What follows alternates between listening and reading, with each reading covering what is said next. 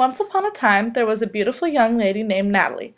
Natalie was a brave girl with many different hobbies and skills. She played basketball, softball, she shopped with her friends, she loved trying new things and experimenting with new hobbies. Despite Natalie's apparent bravery, she had one overwhelming fear she could not seem to get over. Animals. They were so unpredictable and moody. Cats were hard to please, and dogs always had way too much energy. Natalie had come across a variety of animals and pets, and the outcome was always the same: discomfort and disdain.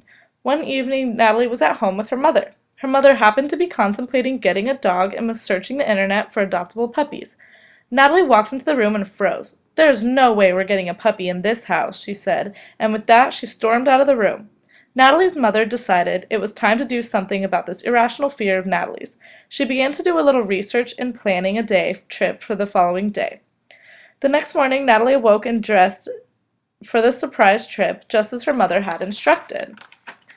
They drove together for almost an hour until they reached their final destination.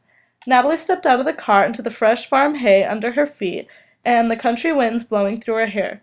Her mother had taken her to a local petting zoo. There were dogs, cats, horses, pigs, cows, chickens, and more.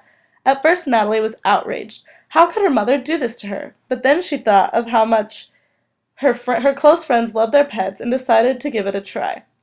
The petting zoo owner led the duo across the farm, and Natalie experimented with playing with each animal.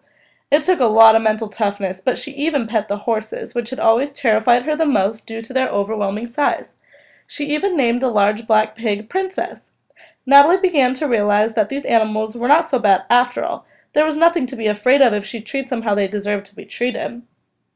At the end of the day, Natalie and her mom said farewell to the petting zoo owner and thanked him for his time. Natalie was silent for almost the whole ride home until her mom asked, "Well, what did you think?"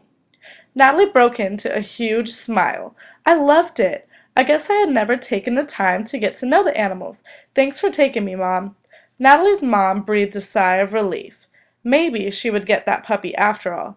As soon as they got home, Natalie even asked to assist with the puppy hunt. She couldn't wait to begin a relationship with a pet she had never had before. From this day on, Natalie decided to face her fears because something truly wonderful and unpredicted could come from it.